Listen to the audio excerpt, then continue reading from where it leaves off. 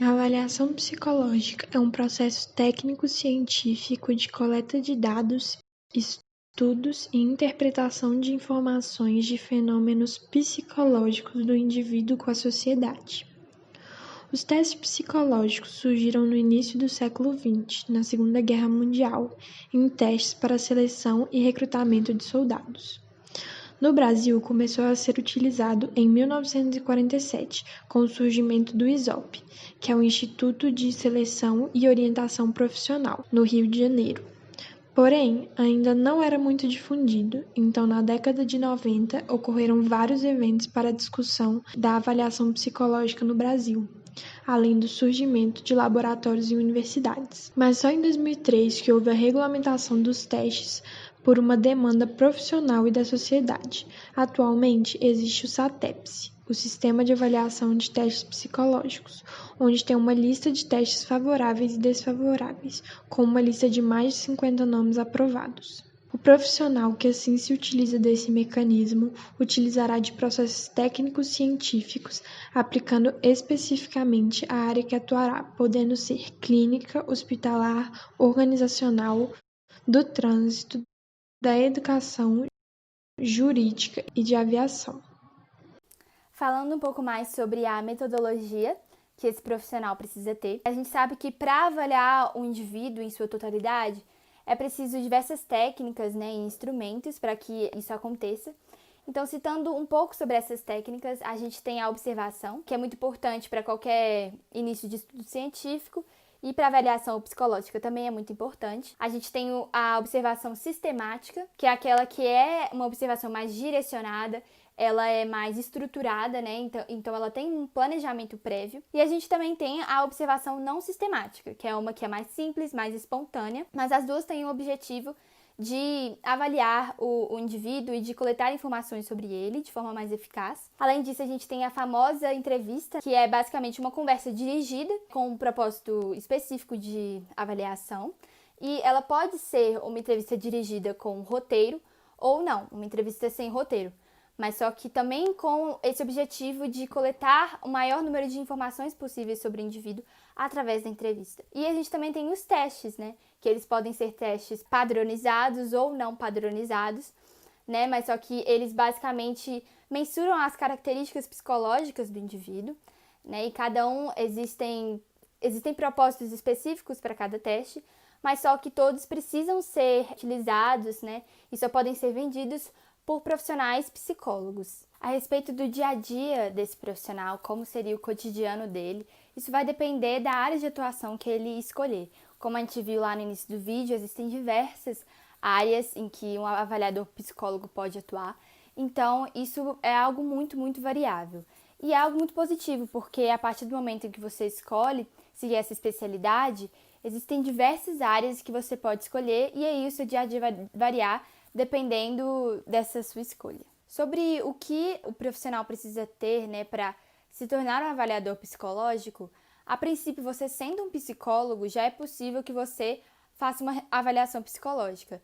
Mas é muito importante que esse profissional tenha algumas competências específicas para que assim o seu trabalho seja de maior qualidade, seja mais bem fundamentado. E citando um pouco sobre essas competências, é importante que esse profissional tenha amplos conhecimentos dos fundamentos básicos da psicologia, como desenvolvimento, inteligência, emoção, memória, atenção, porque esses conceitos vão ser avaliados, por diferentes testes e em diferentes contextos ali. Então é importante que o profissional tenha uma noção muito clara sobre todos esses conceitos. Além disso, é importante que ele tenha domínio no campo da psicopatologia, para ele conseguir identificar os problemas de saúde mental, ao realizar os diagnósticos.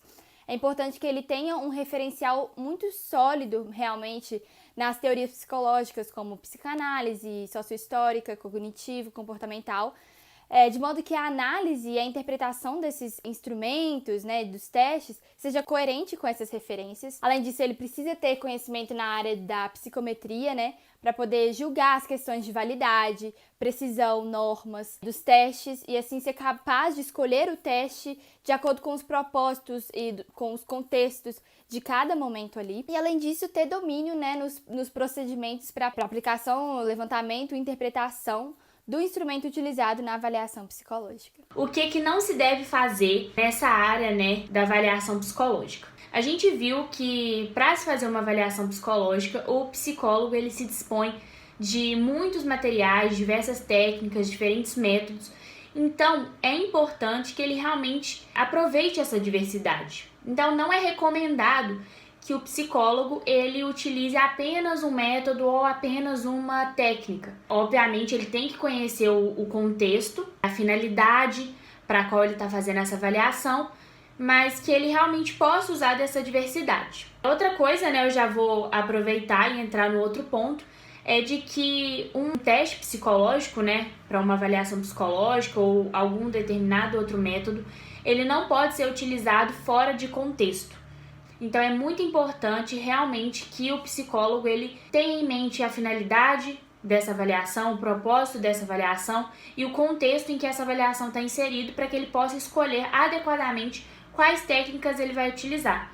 Isso, inclusive, cai em uma das resoluções do CFP, que é a Resolução 2 de 2003. Ela fala que não basta que o teste, né, ou a determinada outra técnica seja aprovada pelo SATEPS, que é o Sistema de Avaliações de Testes Psicológicos. Obviamente, esse é um ponto extremamente crucial, mas é muito importante que o psicólogo ele faça a junção desta técnica aprovada pelo SATEPS e o contexto, né? Então, um teste, por exemplo, não pode ser aplicado fora de contexto de jeito nenhum. Outro ponto importante é que, diante das nuances do nosso comportamento e tudo mais, é importante que o psicólogo ele não seja tão determinista e tão taxativo no momento de fechar o resultado de uma avaliação psicológica, entendeu? Então, o psicólogo ele não pode esquecer ou ignorar o caráter mutável do sujeito.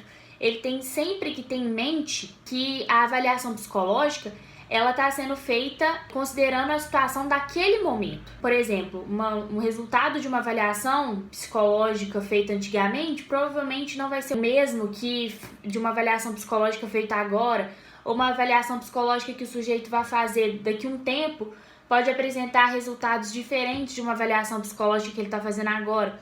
Então, o psicólogo ele tem que lembrar dessas mudanças, dessas alterações que podem ter. Ele tem que ter sempre em mente que a avaliação psicológica está considerando aquele momento. Então, juntando assim esses fatos, eu vou fazer um resuminho do que a avaliação psicológica não é. A avaliação psicológica ela não é um trabalho mecânico, então não é simplesmente a mera aplicação dessas técnicas.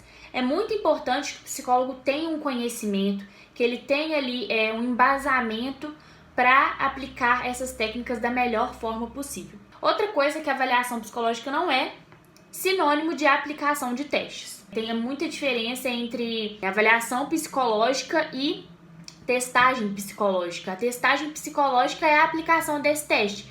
A avaliação psicológica é o conjunto todo que envolve planejamento, análise, a aplicação também, obviamente, né? Então, consequentemente, a avaliação não é um processo simples, rápido e fácil, tá? É um processo bem complexo e também não é um conhecimento definitivo sobre o comportamento observado, lembrando o que eu falei sobre as nuances do comportamento e sobre as alterações que podem ocorrer depois desse resultado. Então, gente, outra coisa que não se deve fazer de jeito nenhum nessa área da avaliação psicológica é divulgar testes psicológicos na internet e divulgar também formas de como responder a esses testes. Tanto que o CFP tem atuado fortemente no combate a essa divulgação indevida e é muito importante também que sejam denunciados, né, caso seja detectado esse compartilhamento indevido. Então, para isso, é necessário contatar a Comissão de Orientação e Fiscalização do CRP de cada região. Eles vão tomar as medidas cabíveis. Agora eu vou falar o que é necessário para ser um psicólogo dessa especialidade. Tem uma resolução do CFP que institui e consolida as normas ao título profissional de especialista. É a Resolução 13 de 2007.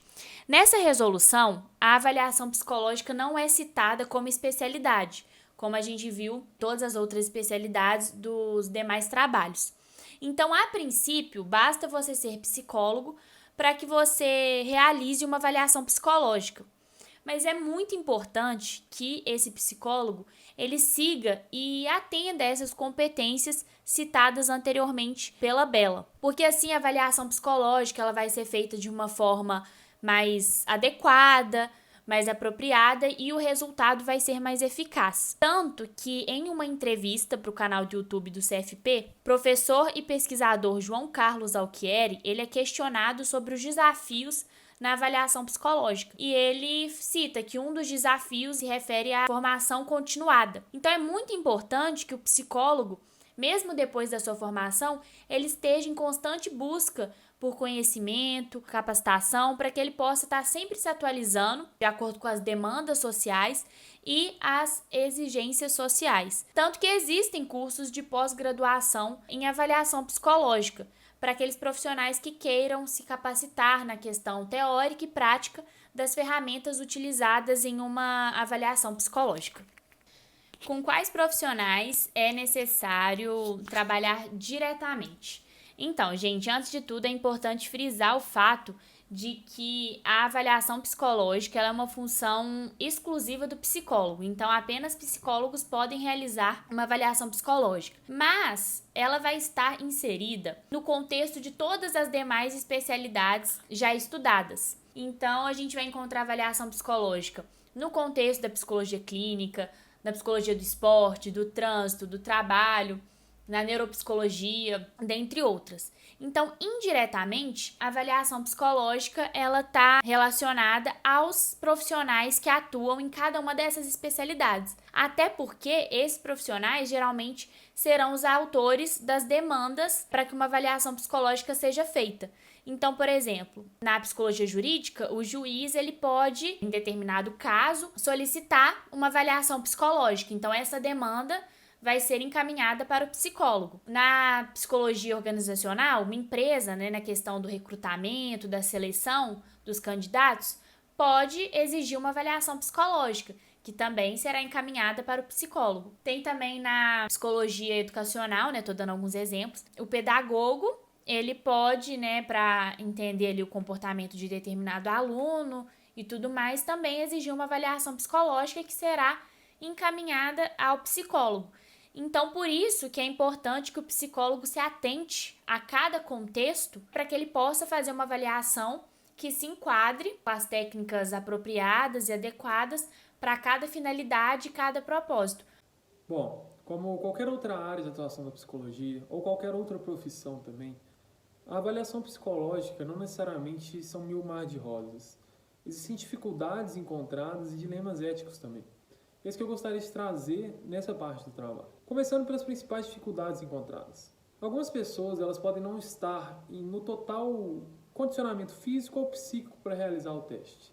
Existem pessoas que podem estar estressadas demais, cansadas, felizes demais, e tudo isso pode influenciar no resultado do teste. As condições têm que estar adequadas para quando a pessoa for realizar o teste. Senão, com certeza, pode ter alguma interferência no resultado e dar um resultado diferente da verdade que seria a realidade daquela pessoa. Outra dificuldade também é que, às vezes, alguns profissionais não usam os padrões referidos no seu manual. Sempre quando aplicado no teste, o profissional ele tem que olhar todos os padrões e todas as instruções que o manual dá para a utilização daquele teste, para a aplicação daquele teste. O manual é o que rege o teste. Então, se algo for acrescentado ou modificado ou mesmo até retirado do manual, isso pode influenciar 1000% no teste, dar resultados errôneos, influenciar no resultado final, enfim. O manual é o que influencia e o que rege como aquele teste tem que ser feito. Então, se o profissional não utilizar o manual, com certeza vai influenciar e modificar o resultado final e o resultado adequado daquele teste. Outra coisa muito importante também é o ambiente, seja um ambiente físico, o vestuário do aplicador ou outras interferências possíveis, tem que estar totalmente neutro. O aplicador ele não pode estar vestido de maneira que vai tirar a atenção do paciente daquele teste. O ambiente não pode ter distrações que vão desconcentrar o paciente daquele teste. Tudo tem que estar da maneira mais neutra possível, para a concentração do paciente estar totalmente naquele teste e para o teste funcionar também. O resultado final ele tem que ser de acordo com a vida daquele paciente e se tiver alguma distração, se ele estiver olhando para o vestuário do aplicador ou se ele estiver escutando barulhos do lado de fora que atrapalhe ele, isso tudo pode influenciar no resultado final. Então é sempre importante manter mais neutro possível todo o ambiente, seja sua roupa, seja seu escritório, ou coisas que podem atrapalhar e influenciar o resultado final do teste. Tudo tem que estar das condições adequadas para o teste ser aplicado, desde o manual até o ambiente, ou até mesmo como você aplica ou fala o teste. É sempre necessário você treinar, o aplicador ele tem que treinar para falar de maneira natural, maneira simples, não influenciar como que o paciente vai responder as perguntas, ou pensar, ou qualquer coisa que vai influenciar no resultado final. É importante sempre estar o mais neutro possível e obedecer tudo que está dentro do manual do teste aplicado. Falando um pouco também dos principais dilemas éticos que regem o uso da avaliação psicológica. Existem alguns dilemas que podem confundir alguns aplicadores, alguns profissionais, mas é sempre importante estar concentrado nesses dilemas, são orientações do CFP, então é sempre importante qualquer um que trabalhar nessa área de aplicações psicológicas e testes psicológicos mesmo, seguir todas essas coisas éticas que são faladas. É necessário que o profissional ele esteja em contínuo aprimoramento, sempre sabendo utilizar todos os instrumentos de aplicação psicológica que são disponíveis para ele. Obviamente, um profissional recém-formado ou alguém que não tem domínio de tudo não vai saber pegar algo que nunca viu na vida, etc. Mas é importante sempre, todos os instrumentos necessários ali para um teste, é importante sempre o profissional estar em contínuo aprimoramento, está aprendendo como que usa um, está aprendendo como que usa o outro, para, quando necessário, ele poder usar de todas tudo que está disponível para ele naquele momento, né? É necessário contínuo aprimoramento e aprendizado de como usar vários instrumentos de testes psicológicos e avaliações psicológicas. Algo muito importante também, que pode ser uma dúvida de várias pessoas, é que os testes, quais testes podem ser utilizados, né? Os testes, sempre que vão ser aplicados, eles têm que ter um parecer favorável do CFP. Como que você sabe qual teste tem um parecer favorável do CFP? Quando você entra no site do CFP, tem uma ala chamada SATEPSE. Nessa área encontram todos os listados, todos os testes que são favoráveis. E por que alguns testes não são favoráveis ao CFP? Alguns testes eles podem se ter um parecer que já foi desatualizado, ou é antigo, ou não serve para a nossa cultura, ou algo do tipo assim. Sempre é importante saber qual teste que o CFP utilizou. E é sempre importante também estar checando a lista de SATEPSE várias vezes durante a época de testagem, de aplicação dos testes. Porque os testes podem ser atualizados e podem ser retirados da lista de SATEPSE. Porque podem ser totalmente desatualizados, podem ser passado, ou algo do tipo assim. Então, a lista está em constante evolução, a lista está em atualização recente, então é sempre importante checar qual que é a lista de SATEPSE, se os testes que você está aplicando, ou testes que você está pensando em comprar, ou algo do tipo, são testes que têm um parecer favorável do CFP. É importante também apenas utilizar instrumentos de avaliação psicológica que o profissional ele tem total domínio. Como eu falei no primeiro ponto, é importante que o profissional esteja em constante evolução, aprendendo a utilizar todos os instrumentos de avaliação psicológica. Mas se ele não tem total domínio de um instrumento de avaliação psicológica, é muito importante que ele não utilize isso. Você não vai utilizar algo que você não sabe dominar totalmente. Então é importante que o profissional sempre esteja olhando e sempre esteja atento. Será que eu tenho domínio total disso? Será que eu posso aplicar esse teste no meu paciente? Senão, com certeza, vai ter alguma interferência, vai sair resultados que não condizem com a verdade. Então, é sempre muito importante que o profissional apenas utilize testes que ele tem total domínio, que saiba utilizar com total firmeza e clareza daquilo. A proteção da integridade dos testes é muito importante também. É proibido comercializar testes que são seus e você só pode fazer isso com autorizações. Então, se você comprou um teste ou algo do tipo assim, é proibido você comercializar ou sair passando para outras pessoas que não têm autorização disso. A integridade dos testes ela precisa ser preservada sempre.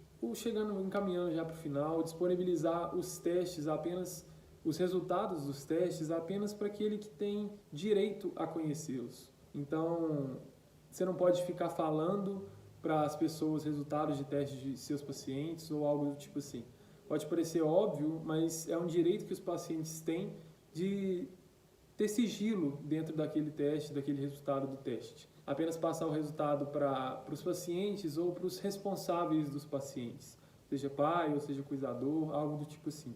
Bom, esses foram alguns dilemas éticos, algumas dificuldades encontradas dentro da área de avaliação psicológica. O trabalho, eu creio que ajudou todos nós do grupo a aprender bastante, pesquisando, vendo vídeos, lendo artigos, nos ajudou bastante a conhecer mais uma área da psicologia, uma área tão rica desse jeito. E eu, Renato, Isabela, Helena e a Gabi, a gente está muito feliz de apresentar isso. Espero que todos vocês da turma aprendam bastante com esse trabalho, que foi uma honra para nós apresentar.